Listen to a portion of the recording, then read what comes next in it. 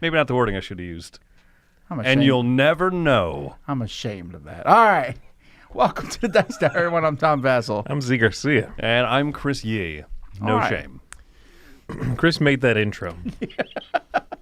We're passing the blade real quick. Look, things from 2014. Yeah, things from 2014. I could find a lot of things in 2014. Name one. If I was searching, I'd have to find them. I'm not doing it now. He has at least 10 things from 2014 ready to go. That's a good point, but he didn't say it. So 3 points to Z. Check. Score. Field goal. Anyhow. Field goal mate. All right, what are we doing? Almost 10 years. We are almost 10 years from the anniversary of when it was 2005. Yeah. Where we recorded, 2015, we recorded a top 10 Yeah. 10 years ago. The same video we're doing now. We do it once a year. We took it to games, and then I deleted it. That is correct. That is correct. We did a 2015 top games from 2005, I guess. Yes. We did the whole shebang. They were not live. I would edit them normally. I would edit them afterwards, and I was Tom editing them at the time, but lost the whole thing. I did. And normally I edit them, all of them, okay? Every single one you've ever seen, I've edited. So it was around February, and I was like, we're not redoing it. We waited till like November that year before we finally re-recorded. Did we redo it? We did redo it. Did I edit it? Maybe by that time you were. You're like, someone's got to do this right. So we're deleting this stream at the end of the video. If you're watching Correct. live now, That's you're the it. only people that'll see it. We do want to say thank you to some of our Kickstarter backers. We want to say thank you to Brett Bolch and all the gamers at BolchCon. BolchCon. Joel Rodriguez from Turkey. TurkeyCon. Marvin, Christopher, and Nell from Nuremberg in Germany. Janice Gist, Greg and Katie Bowerly. Chuck, Jessica, Annika, and Taryn Henson. JB from Katy, Texas. Paul Miles. Melanie Lauber and Volker Koch. Mark Incledon from Adelaide, Australia. And Odd Glowdeck. Odd Glowdeck is here? Odd Glowdeck is here today, everybody. Come on in, Odd. Come on down, buddy.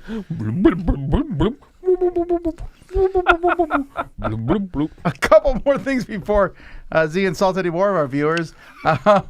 First of all, we want to say thank you to the sponsor of this list, which is Board Game Bliss. Board Game Bliss is a great online game store where you can buy all sorts of fantastic games.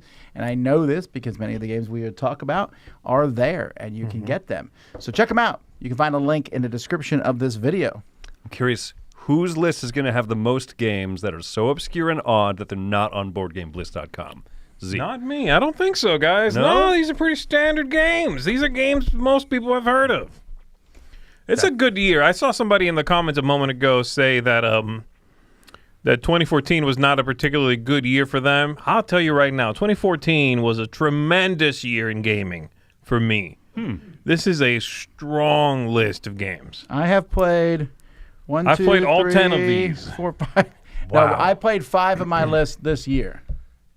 That's good. Really? Yeah. For 10 years ago, that's really good. Oh, no, you don't mean for the first time.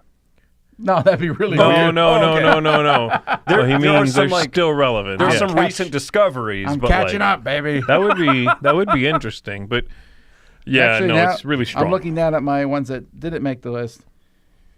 Yeah, I even played one of those this year. Okay, so 6. Nice. Anywho, also before we jump into this, just a reminder that we have a merch store, DicetowerStore.com, and we just added 2 new shirts. We've added the Dice Tower Seal of Excellence that Z is wearing. So if you want to give yourself the Dice Tower Seal of Excellence, go for it.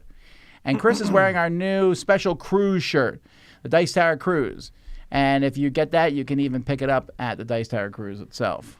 We're going to have a Dice Tower Cruise t-shirt. This is the deluxe version. Although the regular one's pretty neat. You haven't seen it yet, but have you seen it yet, the new shirt? You saw it. Are you talking about the logo that's right up there right now? No, this is the special Dice Tower. We have another Dice Tower Cruise shirt that everyone who comes on the cruise is getting. Oh, yeah, okay. So this is the deluxe edition. Yes. Deluxe or I bust? don't know if I saw it. Maybe I saw it. I'll show you later. We could just leave this out. I like that look on me a lot, actually. It's busy. It's busy in you. All right. Anyhow, now we're going to start the list. 2014, 10 years ago. Good year. I don't remember. It's been a while since we did our top 10 years of gaming. I don't remember where 2014 sat on that. Probably high for me, yeah. I think so. I know that, like I said, I'm still playing some of these games. 2014, well, I'll talk about it when I get to there, was the start of something for me. And we'll talk about that then. It was the end of something for me. Freedom? It was the middle of something for Wasn't me. Wasn't that when you started working for me? 2014? I don't know. Maybe 13, 14? Something like that. Something like that.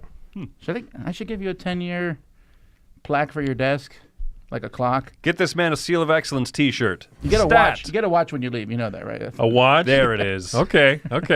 Is it like the I had a lot of people in like Bangkok. in Speed where the guy's like a cheap gold watch? You got a cheap gold watch, and then they blow him up like that? Well, he used the watch too, put it in the bomb. Yeah. I definitely had a lot of people when I Watch. was in Bangkok walk by and be like, watch? Really? I was like, I got an Apple Watch. I don't need this That's true. fake Rolex You stuff. guys have watched Speed 2 a lot more than I have. I love Speed. Speed 2? 1. Yeah. I was talking about the first Speed, but also Speed 2 I've seen more than, yes. I watched Speed 2 at the hotel. We were just at a convention. What convention was it? I watch it on the cruise every year. At World Speed Series of 2 Board Gaming. Cruise They were Control. playing Speed 2 one night. It put me to sleep. Anyhow, let's go back to 2014. Doo-doo-doo-doo-doo. Number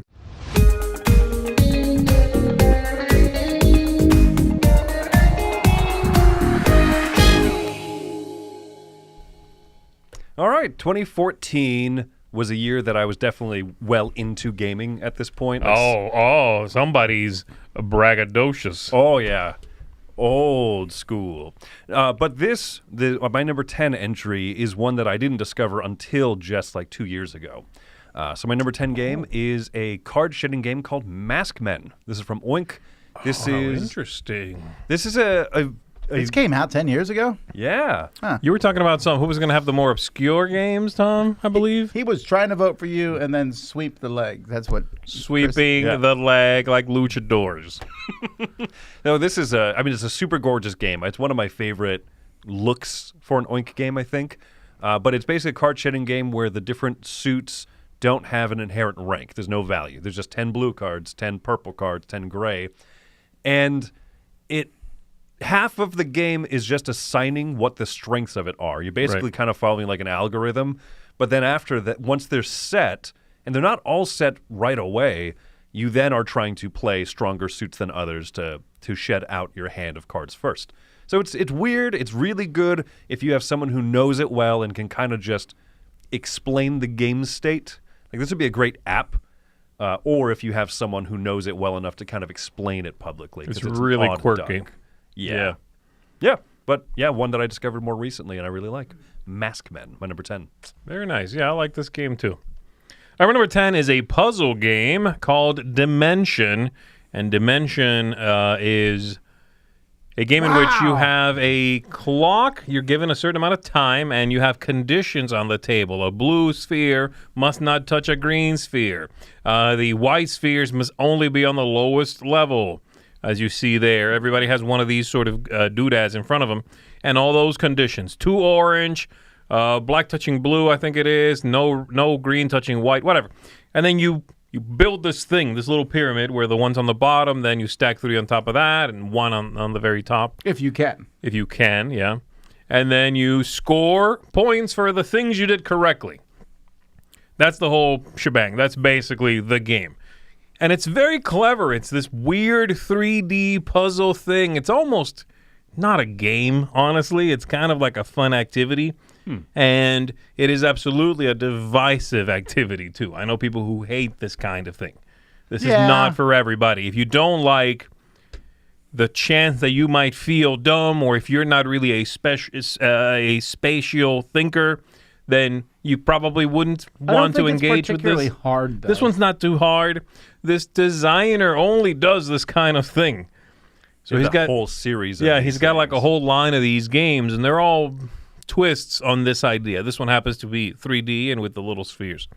But I like the stuff he makes. I like how weird these games are, and this one is a little more approachable than the others. I think that's why this is one I'm more happy to recommend than some of his other weirder games. Well, there's games that will do this type of thing, but does the three-dimensionality of it help? Like, just kind of make it stand out? Because there's lots of, like, don't put orange tile next to green tile. Yeah. It's not bad. It's okay.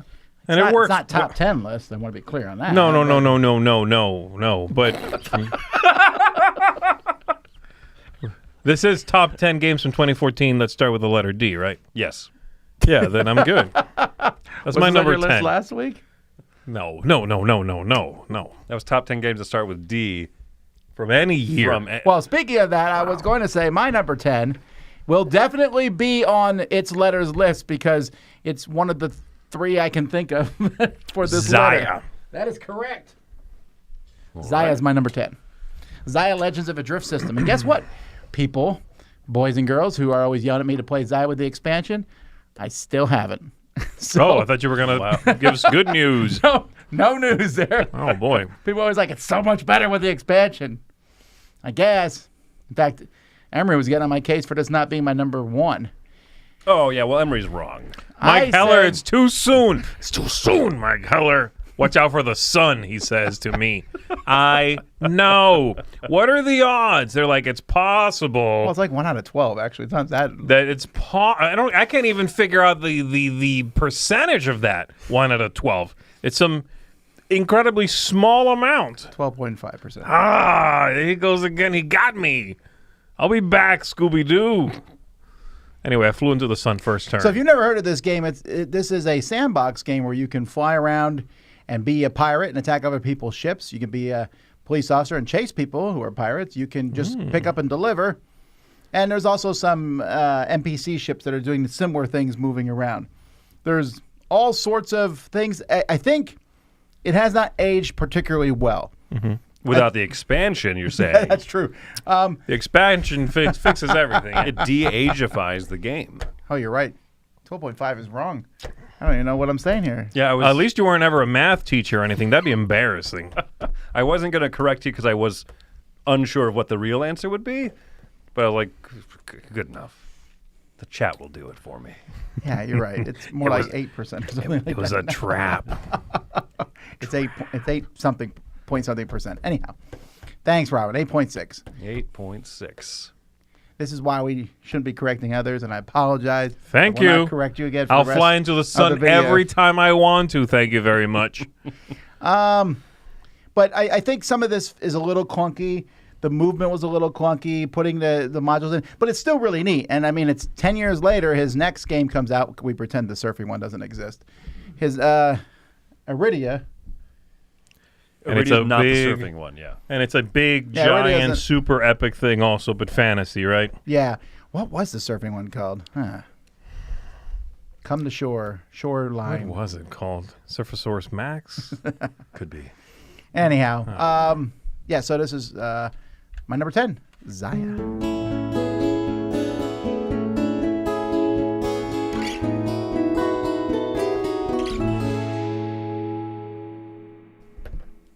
If you remember the name of that surfing game, it is bothering all of us. Nope, So I'm over it. Nope, no, it's bothering Tom. Deep on the inside.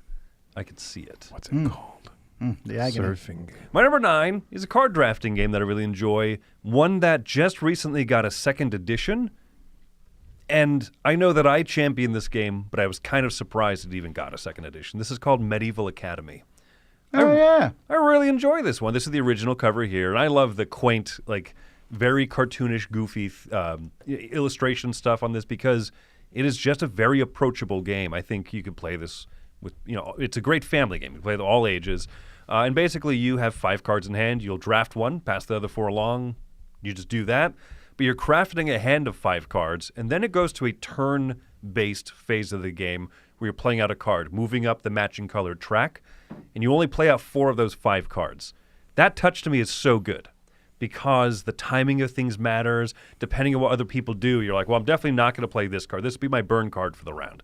And then someone jumps 1 space ahead of you on a track, and you're like, oh, that changes things. And I love that tension. So, yeah, this is just I love the theming. I love the way that the tracks behave all differently, but you just want to get ahead on all of them. So it's simple and then the little differences just kind of expose themselves as you're playing. So I love this one. Really interesting. Yeah, this is one I just finished talking about. I put it on my look back for next week. It's my 10 years ago review that I did this week. And this is one I thought when it came out, I was like, this is Spiel des Jahres material. I think this one was snubbed, frankly, mostly because it's a small company. It might not have had a German release at the time. It was Blue Cocker. Yeah. That's a British company, I think. I think they're French. Okay. So British. Yeah, you're right. They probably are French. Yeah. But they're not German is the point. And you have to have a German publisher to get nominated. It might have been on the recommended list, maybe. This is such a clean game. Yeah, it's very clean, very fun. Zee, you sound like you disagreed, or? I like it okay. It was definitely sort of like a tracks the drafting game a little bit. It is. And I know what I like. Just a bunch of tracks, you know what I mean? And a bunch of tracks. Yeah, they weren't like... I have just a bunch of money. I thought they could have been a little more dynamic, the different things you did. It was like this one, you don't want to be last because you get negative points. And on this one, the first person in front gets positive points. I'm like, that's the same thing. And there's a few like that. They felt sort of samey. Yeah, there's a few differences. The best one is the one whoever's furthest ahead gets to move a few spaces on a track of their choice at the end of the round, and watching people just fight for that. Right. But yeah, I mean, a little more dynamism wouldn't have hurt it. But I think for being such an approachable game, it works. Yeah, it seems like a lot of people do like it in the comments. Did you like the reprint of this? I haven't played it. We put it on a shelf. We replaced it where it was, and it just kind of slipped my mind that we had a review copy of it. So I do want to try the new one. It looks pretty similar. I think they might have made double sides, I think, of the boards. There was a promo back in the day that had a double-sided. Well, the originals were all double-sided. There was an it was like an extra promo board.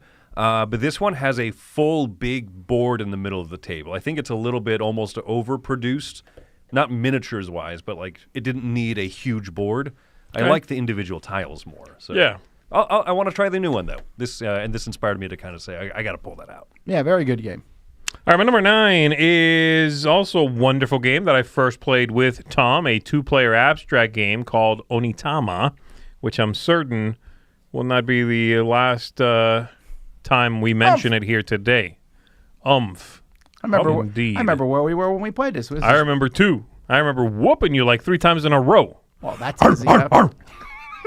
Now, this is right before we went to Essen. We went and then I hunted down the designers and publishers of it. That's right. Which was Japan brand. So this is an abstract 2-player strategy game where you pick one of the 2 cards in front of you, you move a figure in one of those patterns, and then you give that card up, and you take a new one that's sitting on the side of the board there. So your moves eventually drift over to your opponent, and so on, trying to eliminate their pieces, capture their big bad, or just make it to their gate there. Very simple, incredibly minimalistic abstract game. Probably one of the most minimalistic and yet one of the most dynamic abstract games out there.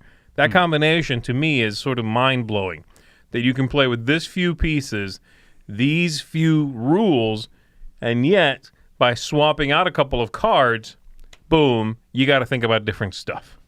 You need to tackle different things. So really, really great stuff. That's number 9 for me, Onitama. Great for getting those promo cards because one single card is basically an expansion. Yeah. Because it's going to interact differently with every other card out there. Yep.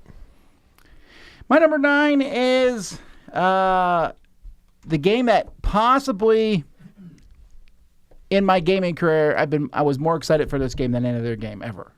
Oh, wow. Yeah, I remember when they announced this at the Fantasy Flight meeting, the people turned around and looked at me before they announced it because they wanted to see my reaction. Because I love Descent so much, but I also like Star Wars, and I had made the whole thing, hey, what if they combined the two? I had said that publicly, like a thing, and they were like, ha, we're actually doing it. And yet it's my number 9 now, so go figure. I don't get it. I think it's more... Why do you hate it now? Yeah. It's Star Wars Imperial's Assault, by the way. This is basically Star Wars Descent, which was such an exciting thing when they announced it. It was like, oh, my word. It's going through a dungeon, but with Star Wars figures, and Darth Vader shows up, and you play characters who aren't the main characters, but the main characters show up, and they're like, yo! And then they leave. Yeah, great. Yeah. Did you say then they bleed? No, they leave. leave. I said they leave, yeah. That's that famous Darth Vader line. Do you bleed? You will. Yeah, that's Count Dooku, I believe, said that to Yoda. Count Chocula. Bleed I will. But yeah, it's a really fun game, and it actually comes with 2 games inside it. One is the whole go through with a dungeon master and go through a story, and they kept that going for a while, several years. And then the other is just a tactical couple figures against another, and that's the one I ended up liking more. Now, only one of those 2 things is Descent, right? Just that first thing. Yeah, the first thing. I think at the end of the day, maybe, and this, I'm setting some negative on this game, but just explaining why it's 9, not 1. I think I like dungeon crawls in fantasy worlds, and dungeon crawls in sci-fi just doesn't work as well in my book. Is it because we call them dungeon crawls? Yeah, well, they're called It's a missions skirmish. here, I but it's mean, not really like, a skirmish. But like, oh, what's behind that door? That's not really a sci-fi thing as much. It can be. Interesting. There's a deeper discussion there. Yeah, maybe. Right. Have you played they eventually came out with an app and made this kind of like a cooperative, almost like Mansions of Madness. And that's the only version I've played. Really? I hate it. I've never played any of the three things you guys are talking about, by the way. I've never played this game. You wait, Mansions of Madness. Not that one. No, but the 3 versions of this game you're talking about. DM or whatever with a Well, it just made it so you could do skirmish, that thing. cooperatively. I played it once. You and hated was it. so mad at it, I turned it off and never touched it again. Because Oh, wow. it was one of those things like, there's a monster, now find their card. And I was like, are you kidding me? All this, you have this app and stuff, and I have to still pull everything out of the box? What's the point? Okay. Put the stats on the screen. I guess. I think, though, that Mansions does that too, kind of, right? You still have to. I guess I went into Mansions knowing what that was to some It could degree. be, yeah. Okay. Though they're better about that now. Their apps, you can, Yeah. they tell you what you hit and stuff. I know they did it because they didn't want people to buy just the app and then proxy the Yes, game, I yes, suppose. yes, I'm sure. But whatever. The more information on the screen, the better. Anyway, I'm only hearing negatives, so number 9 is good. Yeah. no, it's fun. It's Star Wars, it's Dungeon Crawl, not Imperial Assault.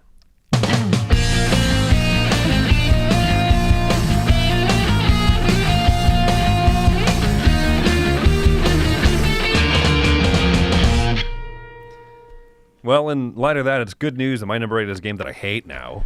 No, this is one that I anticipate hearing more about later. My number 8 is a puzzle game, a tile-laying game called Castles of Mad King Ludwig. This is... Oh, yeah, that's Z's number 1. Yeah. I love castles. I love Mads. Mads Mikkelsen, baby. He's the best. He really is. You know that one where he's a silent Viking?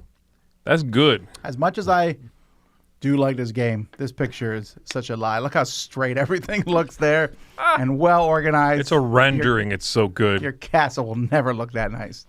So the idea of this game is that it has basically like a price setting phase, and then everyone else will purchase tiles from what you set the price, and then you lay them out like this. You're trying to close off all the doorways to these different chambers. I love the fact, one, that they're super weird shapes, and it seems like they shouldn't work. They shouldn't all fit in so nicely. And they don't.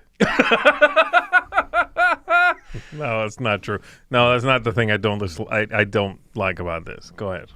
For me, I know that and it might be more of a thing that I really gravitate towards, but I love price setting mechanisms. How many games really do that, though? Not a ton, right? Yeah. It's kind of like a cleaner way of doing an auction. I was going to say, that's our next top 10. See, how you feeling? I'm out. I'm on vacation that month. Yeah, I can't think of too. Like Isle of Skye does it very cleanly. This one does it in a pretty good way. But like the fact that it has both that really odd shaped puzzling phase, but also when it's your turn to set those prices, you're really hoping to squeeze money out of the other players. Right. So it's not just a heads down, put the funny shapes together. It's a very interactive game, and so I think overall it rounds it out. I like this one a lot.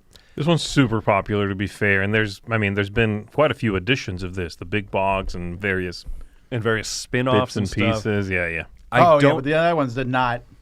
Like Palace of Mad King Ludwig did not do well. Between Two Castles of Mad King Ludwig. Tom fell asleep as I was saying the name. Not that I fall asleep, but this one makes me sad that someone sat and said, yes, let's do that. I actually really like that game. Yeah, that game's great, Tom. There's the roll and write, the one you have to draw the buildings. Just give me the original. The original one did it best. Oh, the blueprints. That just came out, actually, right? Yeah, it's fine. Okay. My number 8 is a social deduction game, probably my favorite social deduction game, because it gives you something to think about and deduce immediately, and that is Deception, Murder in Hong Kong. Deception, Murder in Hong Kong is a whodunit style game where one of the people at the table done it, and they have cards in front of them.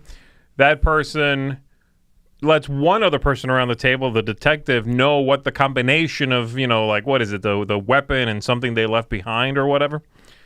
Some random combination, I took him out with a sculpture and I left behind a table lamp or something. He didn't decorate very well. So I had cleaned up the place. And then they give clues and whatnot, and you're trying to figure out. So the players are immediately, as soon as clues start going out, they're like, ooh, so-and-so over there has a stone tablet. It says heavy weapon, heavy, so probably a stone tablet. And things are flying right away. People trying to, push off blame. Whenever you think you might know who it is, you can immediately, it's a great moment in the game where everybody has one time to call it and be like, I'm going to say who it is. And everybody goes, oh. And then you go, it's this person with that card and that card. And it might be that person, but if those two cards aren't exactly right, the person who knows, I just has to say no. You're like, oh. So if you're the one who is the murderer and you get called, then you're just like, I hope they don't say the two cards it is. I hope they get one of these two cards wrong. Really fun, super dynamic, super exciting and chatty kind of game. Really fun. That's my number 8.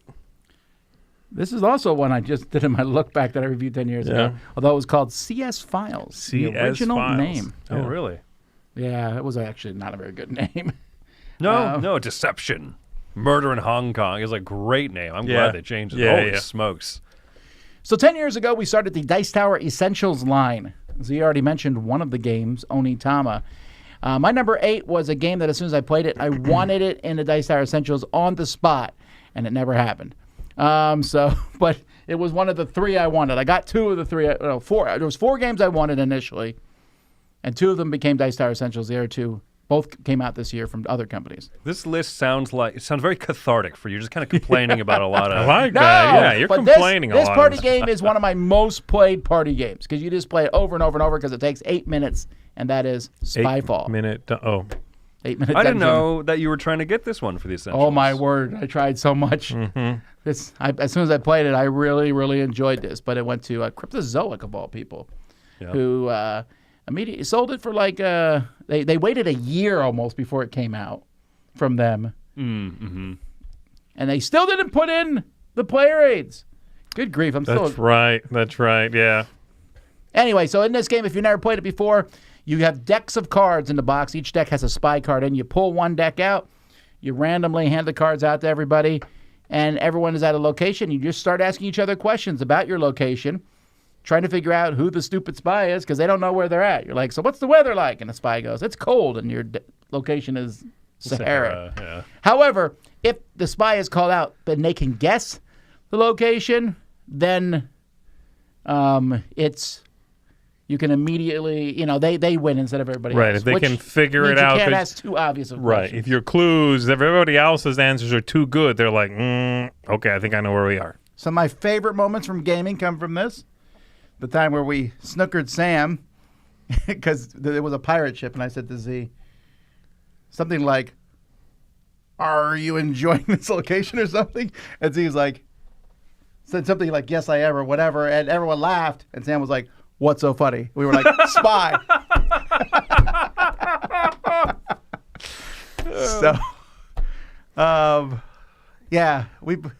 We played one time online, and Jason was the spy, no joke, 5 out of 7 times. Oh, that's great. It was fantastic. He kept getting it, yeah. This is very fun. It's a funny party game. It can put a little pressure on people. It's definitely not a cozy party game. No. Because if you are the spy, you're like immediately on edge. If you get asked something early, even more If so. you get asked the first question, that's tough. Yeah, but it's a funky game. A few other games have kind of done this, like the Chameleon game. Yeah. They kind of do something similar, but this is one of those early games that did that, and it's just very clever. It deserves the kudos for really kind of like. There's a lot of knockoff or inspired by this. This one really set that up. Yeah. This would not be a bad reprint at some point where they completely redo the artwork. Have Maybe- a player aid. Maybe put some like DC superheroes in it or something. No. I mean, I had that in the library for a while, the DC Spyfall and Spyfall 2, and they did a Spyfall spinoff. Now Hobby World's doing other things. Okay. But I wouldn't mind seeing a really cool, like, Do you think they should retheme it? Where it should be like a different theme that makes sense? Because it never really made sense. Amnesia Man? Yeah. So the thing is, I think what it is everyone's on a radio. Like, I don't think it explains it well enough. I think everyone's radioing each other, which is why the spy doesn't know where he is. He's like, yeah, I'm absolutely there. And that's also why if he figures out what the location is, he's like, I know all these other agents are on the ship. Yeah, but the picture shows him in the thing. He's Yeah, always wearing a funky... Yeah, but he's always wearing that like headphone thing with like the listening device kind of thing, right? Like I think don't that's think what it is. so. But I don't. Anyway, but it's not apparent. It confuses almost everyone. it is a weird. It doesn't quite make sense. It's a little nonsensical, which is fine. Who cares? It's a Right. silly party game. But Also, if you really want something silly, the one game, you can make it... I made a deck of all spy cards. And that one is incredibly entertaining. I've never seen that. I've never played it that way, but I have we to. did that, right? Everyone's asking like the most basic questions. Because everybody's like, how are you feeling? and the person, Great. yeah, and plus everybody else agrees with everything. That's the Right. other thing. They're like, how are your feet feeling? And they can be like, they're tired, and everybody else goes, Yeah. Do you That come? person's definitely not the spy. Do you come here for pleasure? Some of the times. it's very funny. All right, so that's my number 8.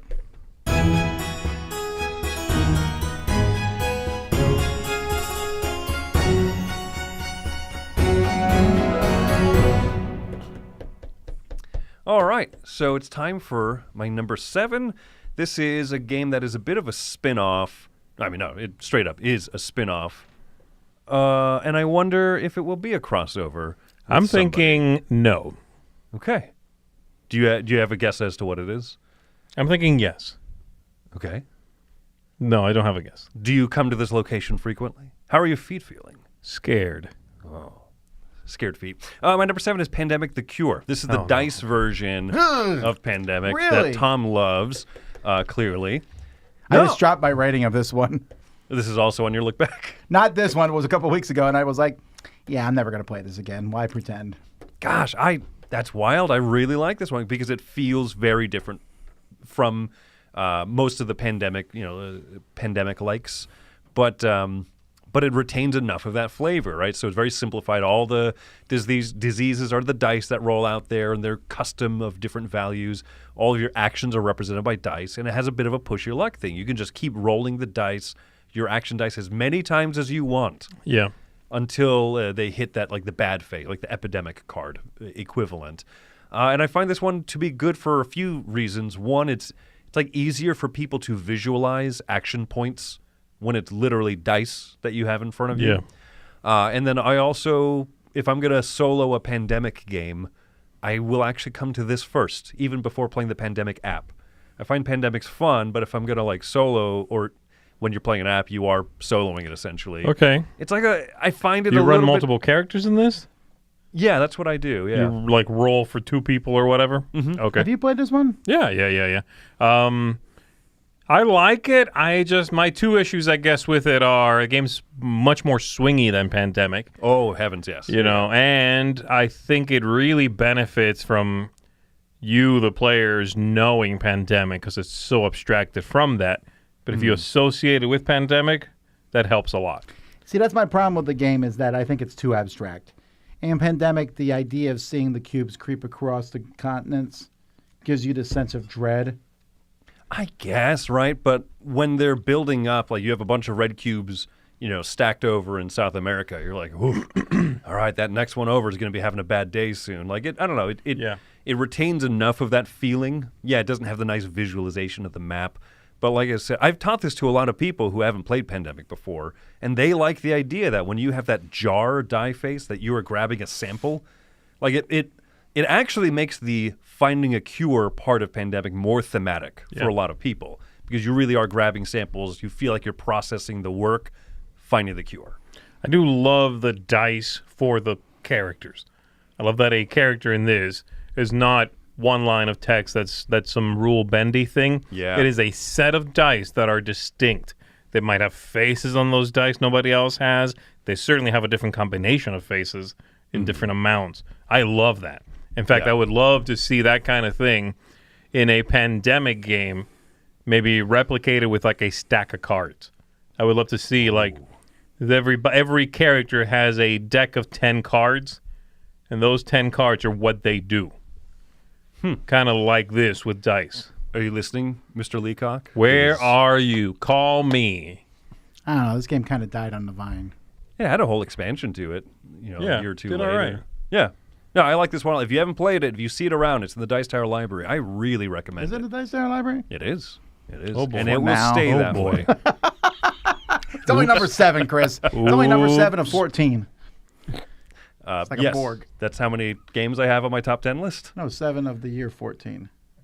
Oh, 7 of 14. Oh, okay. This is okay. That's like 50%. No, what I'm saying is it's not number 7 of... Your math is correct. Thank It's not 7 of you. all time is what I'm saying. It's number 7 of one of the past 30 years. You have Imperial Assault in the library. That's Yeah, that's coming out, number actually. 9, and that's... Come on Imperial now. Assault is going to leave the library at some point. But not Pandemic of the Cure. Z, go. All right, my number 7 is actually the one I thought you might be saying, Chris, because it is a games spin-off. Okay. And I like this one more than the original because I thought the gameplay took what the original did and kind of elevated it, tightened it up, made it a little more interesting. This is Legendary Encounters, the Alien one. Whatever the real title of the whole thing is. Legendary Encounters, an alien deck building I game. believe the subtitle is "Have fun sorting this game, suckers." Oh, That is, that's the secret expansion included This in is every copy. the worst game to sort that exists. Oh, if you drop a box of this, Just throw it just away. buy a new one. Yeah. Yeah, burn it. Because you Nuke need to it have the from different cards for the space. different scenarios that you're playing, and they print them really tiny on the bottom. Yeah, it's wild. It's very annoying to sort, to prep sometimes for a session, but the game is fun. They did a good job, especially on this first one, of having all the movies, up to that point, 4 movies. The characters are sort of the different decks you can combine and shuffle up and buy from. The movies acts basically are the things you make up a story from. And so you can play through the movie. Or you can just do this weird mix and match, which, you could do. I don't really honestly do that, but you could do that. You can help each other out. You can play cards on each other's turns. It's a lot of the deck building tropes, but then on top of that, it had some neat stuff with the alien thing, scanning the rooms to see what's kind of coming down in the air shaft or whatever. It did some funky stuff. This is a fun card game. Obviously, being a fan of aliens as a property is going to help that. But as long as you tolerate those movies and you want something that feels a little bit more, I don't know, a little more fully bodied than some of the earlier deck building games, the ones kind of around this time or before it, I think this is a good one for that. So my number 7, Legendary Encounters, an alien deck building game. Okay, okay. You are correct. There were only 4 Alien movies when this game came out. That was blowing my mind. We're not going to count like Alien versus Predator and like those. That wasn't out yet, I think, and they certainly didn't put it in here. I'm sure it had to be out by 2014. I was having a brain meltdown, maybe. but you're right. Oh, did it come out? I don't know. It's Alien, Aliens, Alien 3, Alien Resurrection. What about Prometheus? That was much later, but it also is Did they make an expansion for that one? technically And when Alien, I you guess. open the box and there's Yeah. nothing in it. So, It just solves. You open it and it just solves. You're like, what?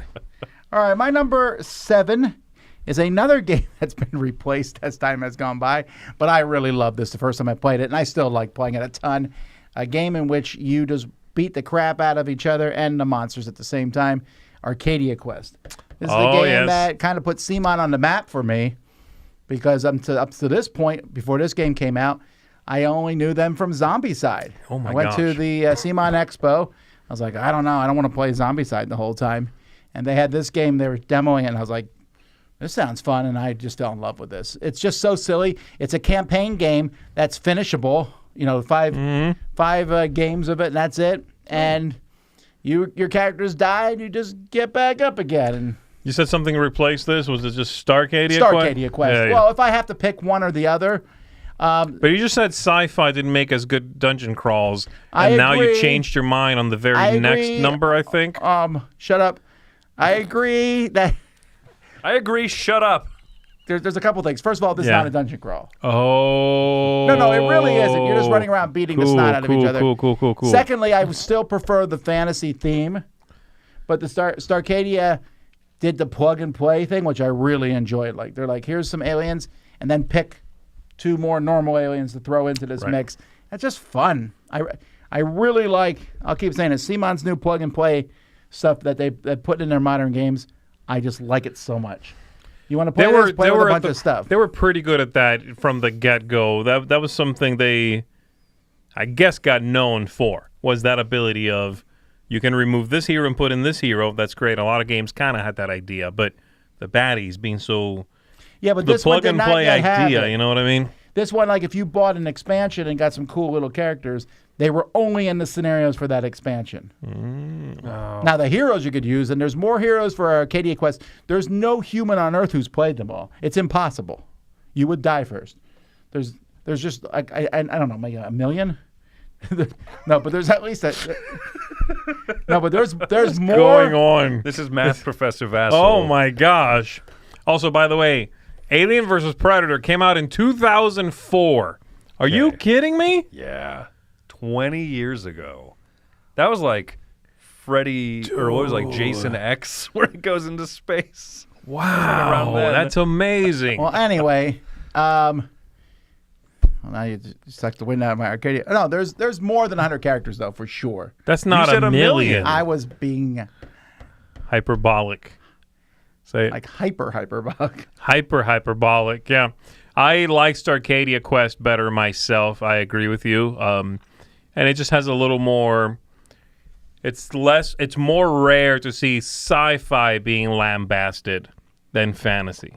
Sure. And this game kind of does that a little bit, and it's like it makes fun of some stereotypes or like IPs, and it's a little more rare to see it being done with science fiction properties. Okay. So I like that too. Yep.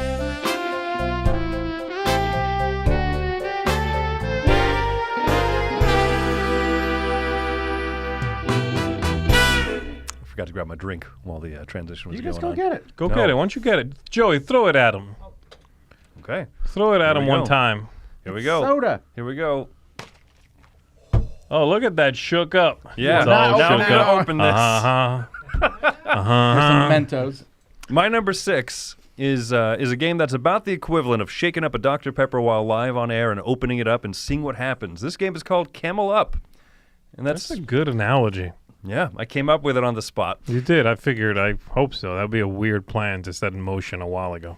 Oh, you have no idea the layers upon layers of deception I have committed to make this moment happen. No, I love this game. I love the fact that this is very chaotic and silly, and you could kind of say a very frivolous game, and that's exactly why I find it so perfect.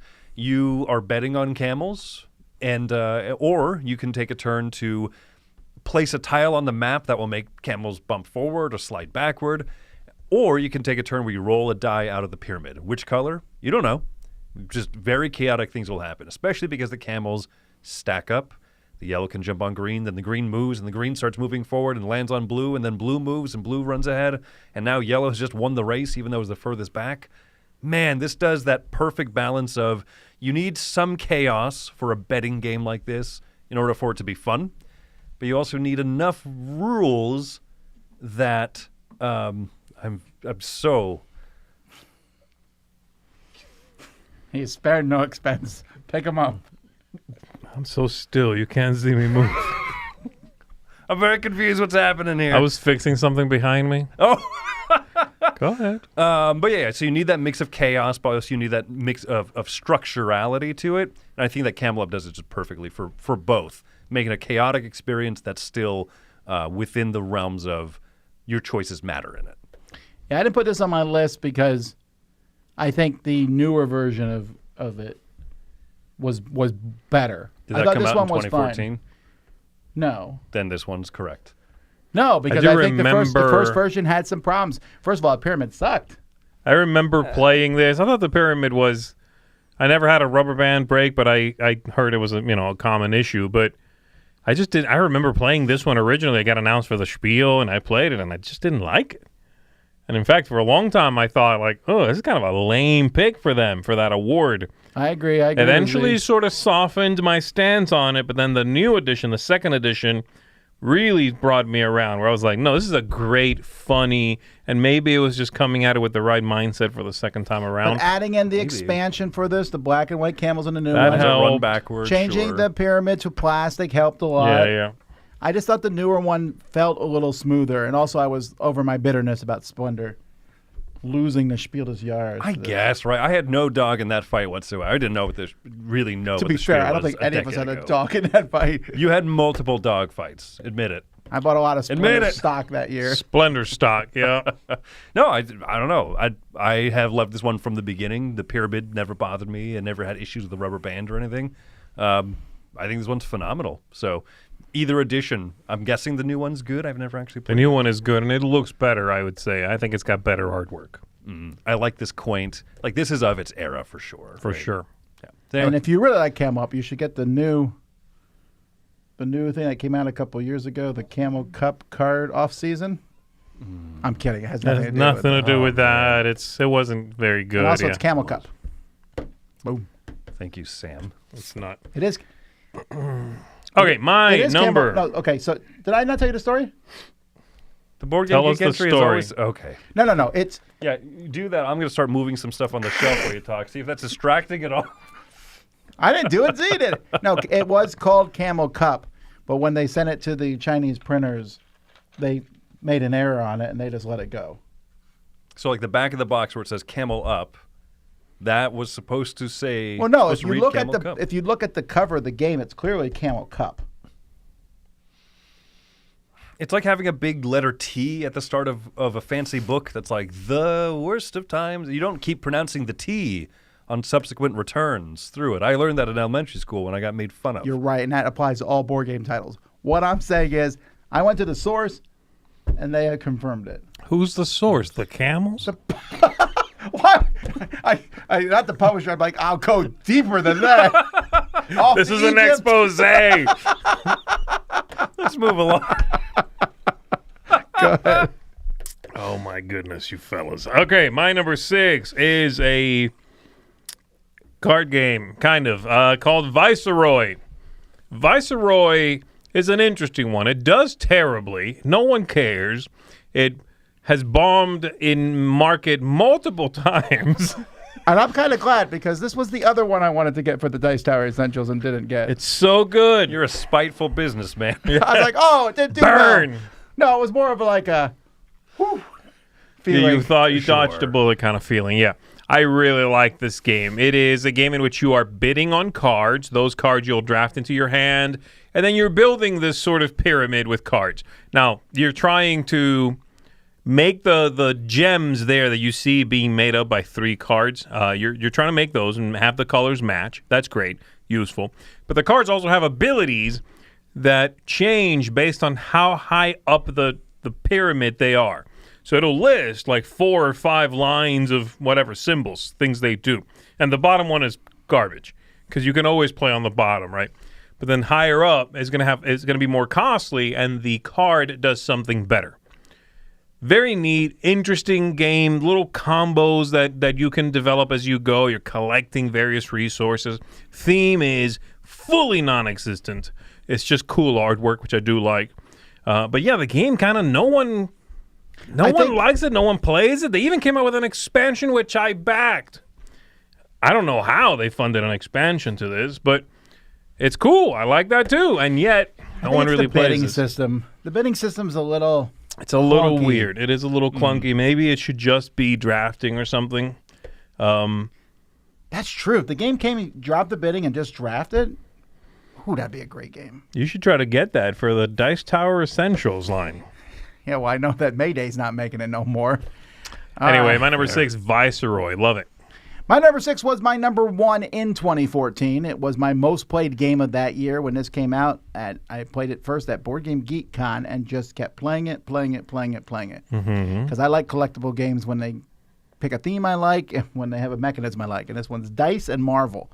And that is Marvel Dice Masters. Yes. Avengers versus X-Men was the first set.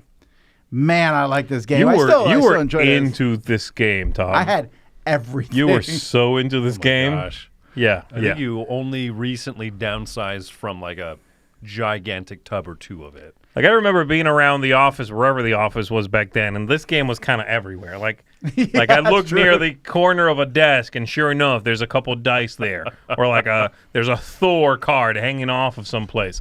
It was everywhere. You were in. I was combing them out of his hair. Yeah.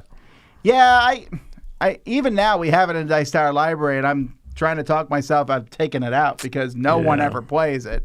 I do wonder. Is I'll be almost like a honest. product of its time. I don't know. I wonder if I could get that box right there, right now, sealed box of that and nothing else. Would I enjoy that game right now? I think it'd be pretty limited, right? Because I've played just like a core box, and me, who I am not a collectible game person, was like, yeah, I want to see some different stuff already, you know?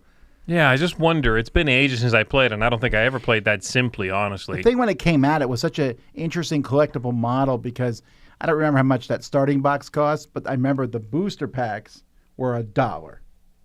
And you got 2 cards and 2 dice for $1. Then and the dice would match the cards that you played.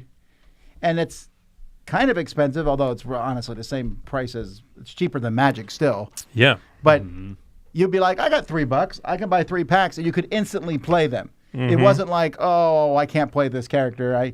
You got the dice with them. So I don't know. Is it like Yahtzee? No. It was actually a follow-up to a game that they did called Quarriors. And this was, I don't know. It was one of the first Marvel games too. The only other ones around at this point was, I think, Legendary. Yeah. So I was kind of excited about it. I really got into it. In fact, I played me and who was my partner? We played against the designers. No, it was me and Mike. There were 2 designers, Mike and Eric. Me and Mike played against Eric and was it Jason? Yeah, it doesn't matter who won though. What matters is You said Jason was in the game, so You got right. yeah, we have quite the assumption here. That's my number 6.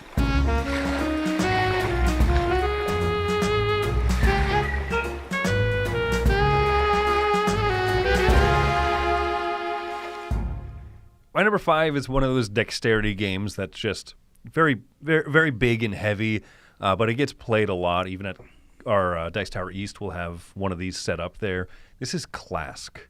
Came out 2014. Oh, wow. This is so... Stick your hand under the table. It's air hockey, basically, right? And I have always... Okay, I'll be honest. Ever since I was a kid, I was like, what would it be like to own an air hockey table? And then I played rod hockey, right? The one that comes in the dome. And I was like, what would it be like to own one of those? I don't know what that is. Yeah, that's the big one with the sticks, and you push them back and forth, and you swivel them. We played it at the Pinball Hall of Fame. Yeah, it's one. There's like a big plastic dome, and the hockey players like slide back and forth, and Oh, okay. they slap okay. the puck. Yeah, Okay. I've always wanted to own one of those. I still want to own one of those. I do, but at some point I was like, I won't ever own one of those, but I could own Clask because this is basically that, just wooden, right? You can set it on the table, stick your hand underneath it, and through the power of magnets, you use your little. They have a term for it. Blopper Stick. dopper. Yeah. You use the stick thing, and you hit a ball back and forth. Try to get into the enemy's goal, or get 3 of those white magnets stuck on the opponent's piece. That's great. 2 very simple little alternate ways of scoring each round. I played this at the World Series of Board Gaming just a few months ago against Asger Harding, one of the co-designers of Heat. And he is ridiculously good at this game. Did you score any points? I did. I did. Did you feel good when you scored a point? Oh my goodness, yes. Like he is unbelievably good. Was he just like particularly good at downshifting at the right time, or what was it? Why was he so good at it? Well, as I was playing against Klask and not Heat, it was the downshifting. No, he has this technique where he can like swivel around one of those white magnets and just launch it at you. Like I'm like a dummy. I have to hit the ball into the magnet, hoping to hit your piece, and he'll just do like alchemy and black magic and stuff and launch those at you. Like he has a bunch of weird techniques that I've never seen before. Yeah. Huh. Okay. He is one of the best players at this. And then also Danielle Standring. She and I were kind of at like we tied. So did you say she was good? She was very good. She was probably... Whoa! La-dee-da. I didn't realize I was in the presence of greatness. You just said you tied with her, and you said she's really good. So we called it a tie. Quid pro quo, you're saying you're good. I'm very good at this game. That's not the right term. I know. Shut up about it. I scored some points on Asger Harding, the guy who designed Heat, okay? That means something to me. Anyway, I love this game. So, yeah, it's air hockey analog. Also, we have a giant version of Dice Tower East if you come. That's true. Like the 4-player, it is an entire table version. Yeah. Wow. All right, my number 5 is a fantastic Euro-style game that, for me, and I think for a lot of people, has truly stood the test of time. This is Istanbul. Istanbul is a game in which you are collecting gems. You're buying up them sweet, sweet gems. And once you get a certain number, bam, boom, wazza, game's over. There's no scoring. There's none of these so-called VP or experience points, as it stands for. And this one, you just straight up win. Now, you're moving around this abstracted, bizarre city place, getting money, getting goods, selling those goods for money, and snatching up the gems. It's a thing that this designer really did for a while. Like Rudiger Dorn, the designer of this, for a bit there was kind of like known for stacks of workers. Was like his thing for a while. It's like, oh, it's got the Rudiger Dorn tower. You know, you like drop guys off of your tower or you pick them up or whatever. And this was kind of the pinnacle of that exploration of his. It just works really well. It's very tense. People can do wildly kind of different pursuits in the game, and yet it's nail biter at the end, so it's really well balanced too. Yeah, this game is fantastic. Not the most fun theme ever, but the game will keep you engaged. Speak for yourself, sir. I'm gonna get 3 pineapples. It's okay. It's there. Yeah. Theme. My number 5. I'll cover for you, Chris. My number 5. Subtle. Is our first crossover, and it will not be a 3-way crossover. How dare you? I know this. It is the Castles of Mad King Ludwig. Yeah, okay. It isn't even. You don't even like this game.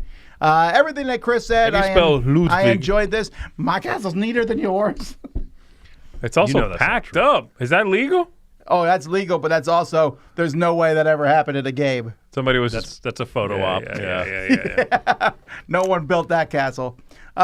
I really like the different rooms. That's a lot of fun. I like the idea. I'm a big fan of building anything out like that, but I also really like that assigning money. I think that's very clever and interesting.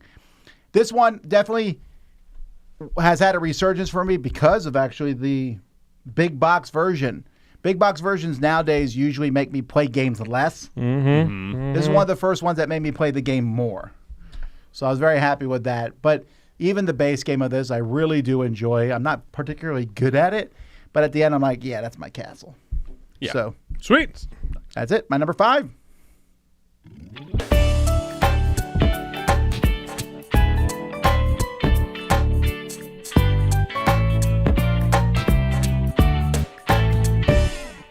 A lot of spin-offs this year because my number 4 is a spin-off of Race for the Galaxy. This one's the dice one, Roll for the Galaxy. And so this is one where you have a simultaneous selection of what action phases will happen. You roll your dice behind your screen here. Whoa, that's expansion heavy. That is, that's the big expensive box expansion. Trade or something like Trade and Intrigue or whatever. But yeah, the idea of like you roll the dice behind your board, you assign them to the actions, and then everyone reveals what phases will be activated, and you can take those actions for however many dice you have allocated there. I like this one a lot. I think that it's, for me, I've just played it more than Race for the Galaxy, and so I gravitate towards it more just by sheer have played it more, you know? Yeah. So this is the one that comes to my mind in this family of games, but custom dice of all these different colors, all these kooky, cool symbols. Like, I like that stuff a lot. Yeah. All right, my number 4 is a game that has had quite a few spin-offs and re-implementations and inspired from. It's Imperial Settlers. Imperial Settlers, the original one here, was at this point not really associated with 51st State. They happened to, it came from the same company, but they weren't sort of intertwined yet, really. That happened later, and then Empires of the North came long after that. But this original one was really intriguing. Every player had their own deck of cards, so you had your own faction deck, and there was a common deck. You'd draw from both.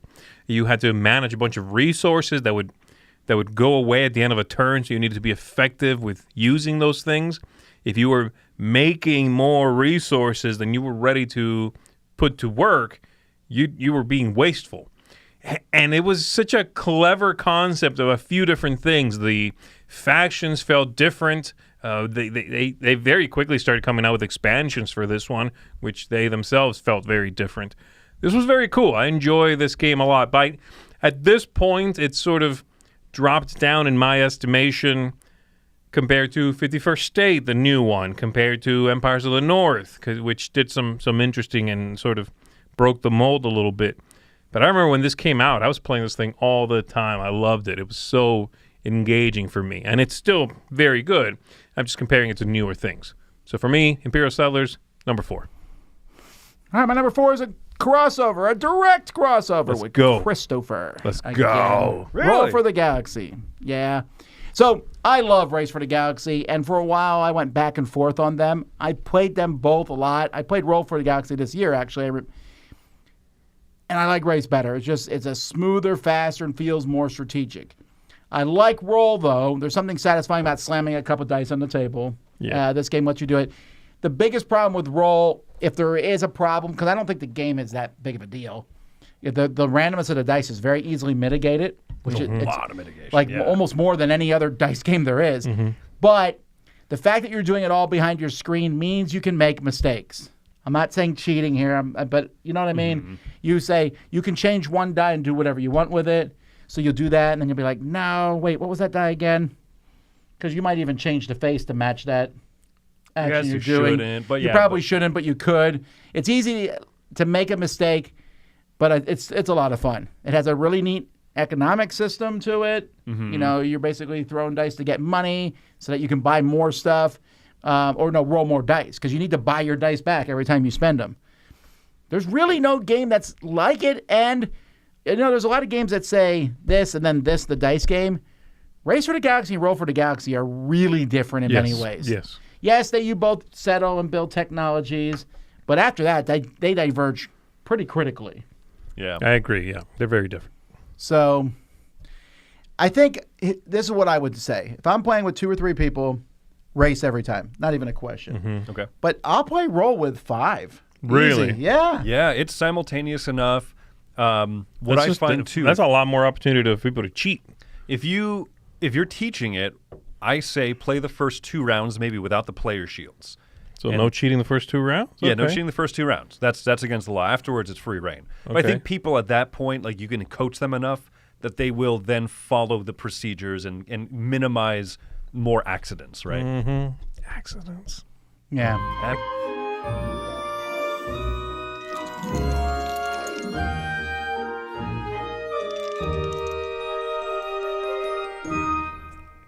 I won't speak too much to my number 3 because I think I have a good feeling that this is going to be spoken about more later from Tom Vasel. This is 5 Tribes. You love that game. You love I hate when that people spoil game. my number 1. Chris, it should have been your number 5. You could have worked it out. I could have worked it out. And there's going to be people saying it should have been higher than this. Look, number 3 is phenomenal, right? This was, as you said, there were a lot of, for me, like a bunch of these higher up games were so good this year. Five Tribes is one that I played a lot in the year that it came out, and I'll still come back to, and I'll still be so happy. You know what I mean? It makes me feel as excited to play it now as it did 10 years ago, which is a huge thing to say about it. Mancala, take the action of the last color meeple you drop, plus the space you land in. We were just talking about Bruno Catala as a designer earlier, Z. You and I were saying that, like, he'll do something like a big, crunchy, satisfying Euro game like this. And he'll do something that's a pure abstract, like donuts. Even before I had the donut But he thing. very rarely does this. Yeah. But he's done he this goes like- twice. It's just kind of like the spectrum is a little weird to me, how he can make a pure abstract two-player black pieces versus white pieces for all intents and purposes kind of game, and then Cyclades. And you're like, not the same dude. You know what I mean? Like, Yeah, it's wild. And this is like one of the, I say that this is one of the best kind of clean but heavier Euro game designs of this ilk. And it comes from a guy who's done so much variety of designs. I love that. So anyway, yeah, Five Tribes, fantastic game. my number 3 is also Five Tribes. A three-way crossover. A three-way crossover as soon as you put it on your list, Tom. For everything Chris said, thank you, the end. I thought this. Oh wait, I know what your number one is, duh. But I thought this was your number one. You don't know a thing. Yeah. All right. My number 3 is a crossover, but finally with Z. I've been waiting. This whole time I've been waiting. This is a game that did make it into the Dice Tower Essentials. Onitama. Yeah. This is. I like abstracts a lot. Me and Z play new abstracts all the time. Always trying out these new abstracts, and so many of them fall into 5 to 7. They're bad. They're fine. They're good. Mm-hmm. It's very rare I play where I think this is great, but I'm always looking for that. And we played this one. It was a small, thin box with cards and really crappy pieces, and we played for maybe 5 minutes, and I was like, "This is great." It was just that good out of the box. The 5-card rotating system is awesome. A lot of times this is compared to the Duke, and there's some similarities. The Duke has the how the piece moves on them and all, but this is even cleaner than the Duke. I like the Duke a lot, but this one, those 5 cards, every time you play a game, you're like, okay, this is how these 5 cards work. There's a lot of movement on the right, and only one card that lets you move on this direction over here like this. You better hoard that, if you need it. Yeah. Or the one who jumps ahead 2 straight spaces, you're like, that's a kill move. You better be careful. You know what I mean? I love that. Yeah. You start assigning personality to these things. And they do. They have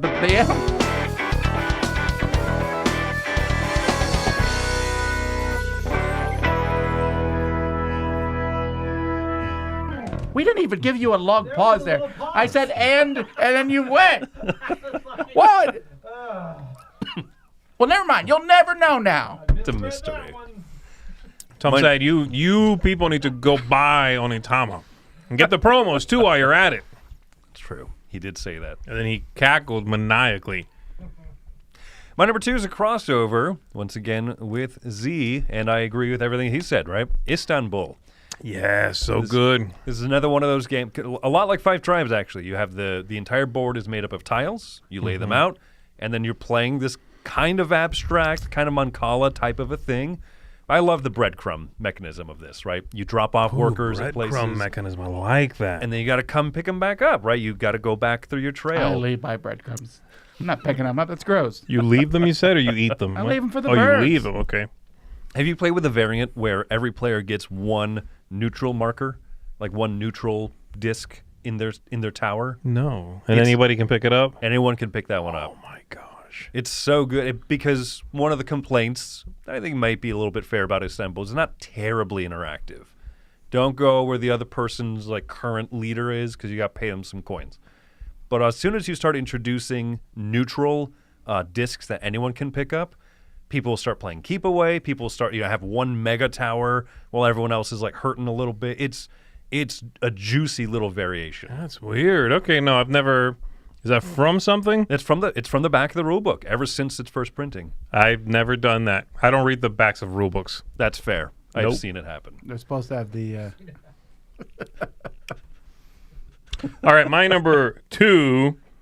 I wonder what you think is my number. I don't know. Oh, don't worry. My number 2 is a game I was recently put on a list. Oh, I know what it is. I was joking earlier that Dimension was not in my top 10 D games that we just did. This one was. My number 2 is Deus. Oh, that's what I thought your number 1 was. Now I'm confused again. No, baby, Deus is trash compared to my number 1. All right, there it is. Deus is a wonderful game that always gets picked on for not being very pretty, which I disagree with generally. I think it looks fine. The main hook here being you are putting cards out in front of you in various categories, and when you add a new card, you put it above the previous cards with the little sliver at the bottom showing, and then you get to trigger all those abilities.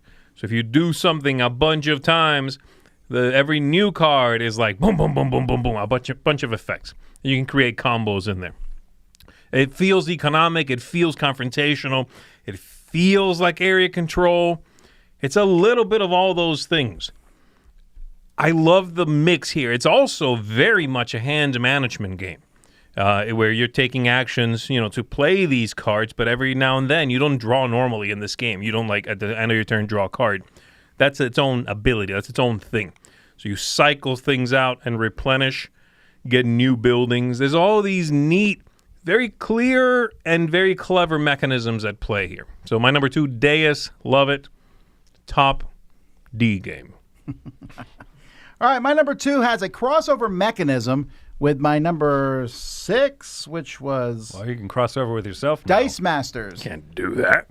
Dice Masters, the first bag building game. Not really. My number 2, though, is another bag building game, and this is Orleans. I thought this would be your number 1. I have a good, strong number 1. Orleans is a great game, despite the ugly cover and the fairly ugly board and the fact that you move around, pick up resources, and... Despite all of the mechanisms of the game, it's great. No, but that's the thing. When I was first being taught this, I was like, another Euro. But the bag building makes up for all of it.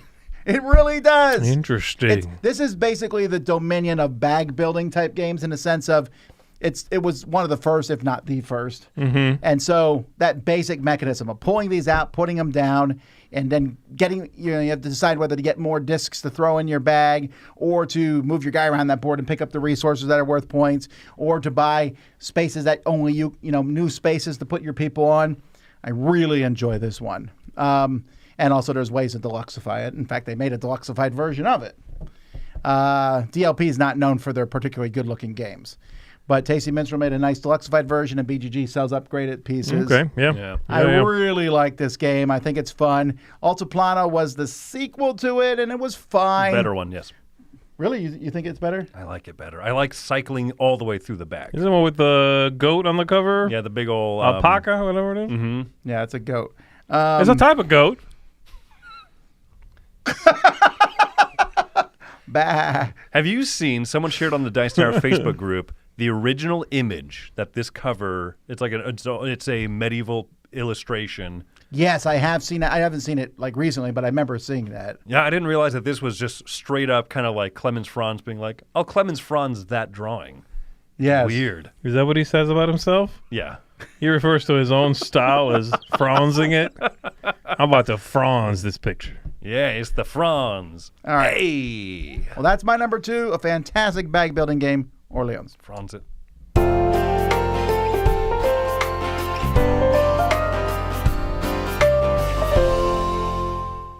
My number 1 is a multi-use card game actually, I should clarify. This is like mechanism soup. And I'm very particular when there are these games that have here's 8 different mechanisms all thrown together. But this one shines so well. This is La Granja. It has dice drafting. It has multi-use cards. It has farm building and all this stuff. This is such a great game. In the middle board there's a little bit of kind of like area control bumping each other out. No, Tom. No, Tom. Even you can't believe that. Look at that central board. What's wrong with the little cylinders? They were like, look, guys, we're not using enough yellow in our games. We need to swing it a little bit. Who bought all this yellow ink? Look, the cover doesn't lie, right? That's true. That cover is spot on. I actually like the cover. The idea of that building hiding in the greenery. That's cool. I like the game, too. Yeah, there's a lot of stuff hiding in the greenery mechanically.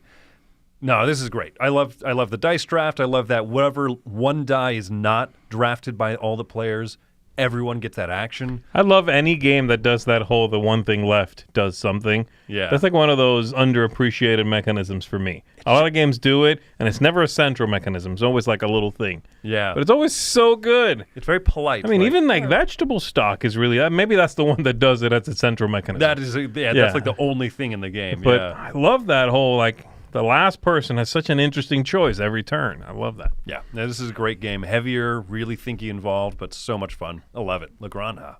I dare you for your number one to pick a game with a better cover than La Granja. All right, yes, my number one, as several people already guessed, and you And it figured better out have just one cover. I don't want to see more than one cover. Not more than one. This is, I better say the title to it. It's Abyss. Because Joey does not push the button. No, yeah. Abyss had 5 covers when is it correct. came out. They were limited edition covers, technically, with this being the standard one, if you would. And they recently, which I almost used, have an anniversary edition cover, which is, I guess, a new cover. Well, this cover, I mean, it's cool, but if you don't know the game, I'm like, is this a heavy metal album? Yeah, you know, don't really know what you're looking at. Huh? Disturbed. Ooh, ah. The game is it's really a card game. It's a smaller game than the box would lead you to believe, because this is a Ticket to Ride size box. Yes. There's really a small card game in there, and I'm not a fan of this, do not like rewarding that kind of behavior. If a game is a small card game, don't sell it to me in a big box. Except for this one, I'm a full-on hypocrite for this one. I'm like, yes, I love it. You are collecting cards. You are acquiring these underwater lords, trying to gain victory points from a few different things. The game mechanically is fairly simple, but every part of it hinges on this idea that the more you want to look at, the more choices you want to give yourself, the more you want to push your luck, the more you're going to be leaving for the other players at the table. Everything has to do with that. And so it's about how greedy are you versus how much do you want to help everyone else. Show me another card. No, I'm not going to buy that one either. Show me another card. And then after you're done and you actually bought the last one, everything else becomes available for all the other players. So if you do that too much, you will give away the game. Guaranteed. If you don't do it enough, you don't get the card you really wanted. You just settle for trash all the time. Love that push and pull of that clever, simple idea, which they were able to distill actually into the little card game follow-up to this. But yeah, the original Abyss is a wonderful game. It's not just one of the top games from this year. It's one of my top games. And like I said, 2014, a lot of these games are in my top games. It was a wonderful year for me. I need to play this again now that board game tables with the lips exist. Why? Because of for the pearls? Yeah. That was kind of my hang up. I was like, oh, this game's a little smaller than I expected. And then I'm like chasing the pearls. Like, don't drop it. I am surprised they never, when doing follow-ups, the anniversary edition or whatever, never made them not round, not fully round. Yeah, make them flatten funky, one make them side, something weird. Yeah, so they don't go everywhere. But no, I think they still make them fully spherical. They go everywhere, if you don't put them in the little cups they give you. Yeah, I do want to try this one again, though. All right, my number one, going back to Dice Tower Essentials. This is the king of the Dice Tower Essentials, the first one, and that is Sheriff of Nottingham. Man, now this is technically a reprint, although it is very different than Hart and Der Grenz and Robin Hood. Mm-hmm. It was like it's like you can watch an evolution of the game go through.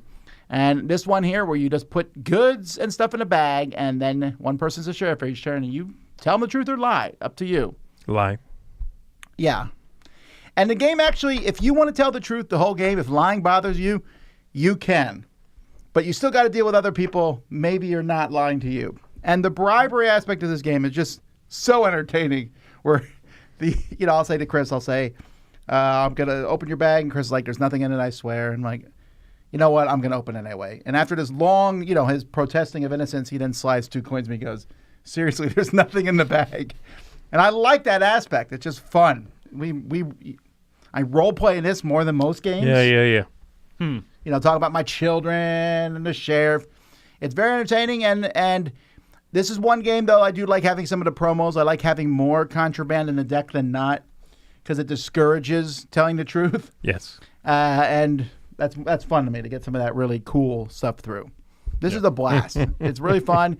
5 players only, although the expansion does do 6, and it works pretty well, where there's 2 people who are the sheriff each turn. So the sheriff and his deputy, they can both open a bag. Right. Okay. But yeah, so that's Sheriff of Nottingham. So some people were talking about specific games. Nope. We're saving that. What are we saving? I'll tell you later. So Psych! You don't get to know, but maybe you can. find out next week on that one. Ooh. Yeah, so that's it. That's it for us live this week, I think, right? Yes, because tomorrow we got to clean the studio. But next week we got a lot of stuff. We're taking Monday off of next week because of Veterans Day. And we'll be back Tuesday. We're playing Avalon live. On Wednesday, we are doing crowd surfing. Thursday, we're doing a top 10. Did we make the topic for that yet? It was tentatively what you have written is games for people who love video games, something to that effect. Oh, yeah, okay. Oh. And then on Friday, we're playing Tend live. So all this stuff is coming your way next excited week, for that. along with an announcement and some other stuff. So stay tuned. And of course, are you Board gonna- Game Bliss, that's right. No, I was talking about Thank you for sponsoring. Did you mention the 12? The 12 Games of Christmas are going up next week. What are You're you right. doing? Yeah, there you go. Okay, good. That's all we've been It's working on this week. Christmas. I had to change my tie for my Christmas tie. It's Christmas. Get Yeah. with the program. So anyway, until next time, I'm Tom Vasel. I'm Zee Garcia. And I'm Chris Yee. We'll see you next time.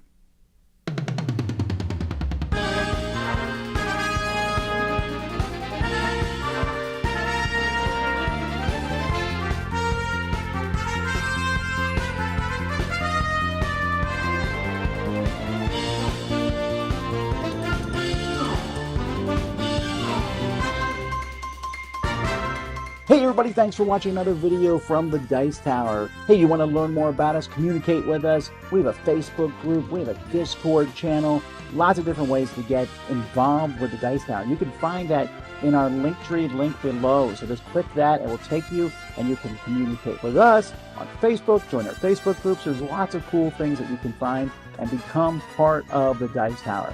Thanks so much for watching. I'm Tom Vasel.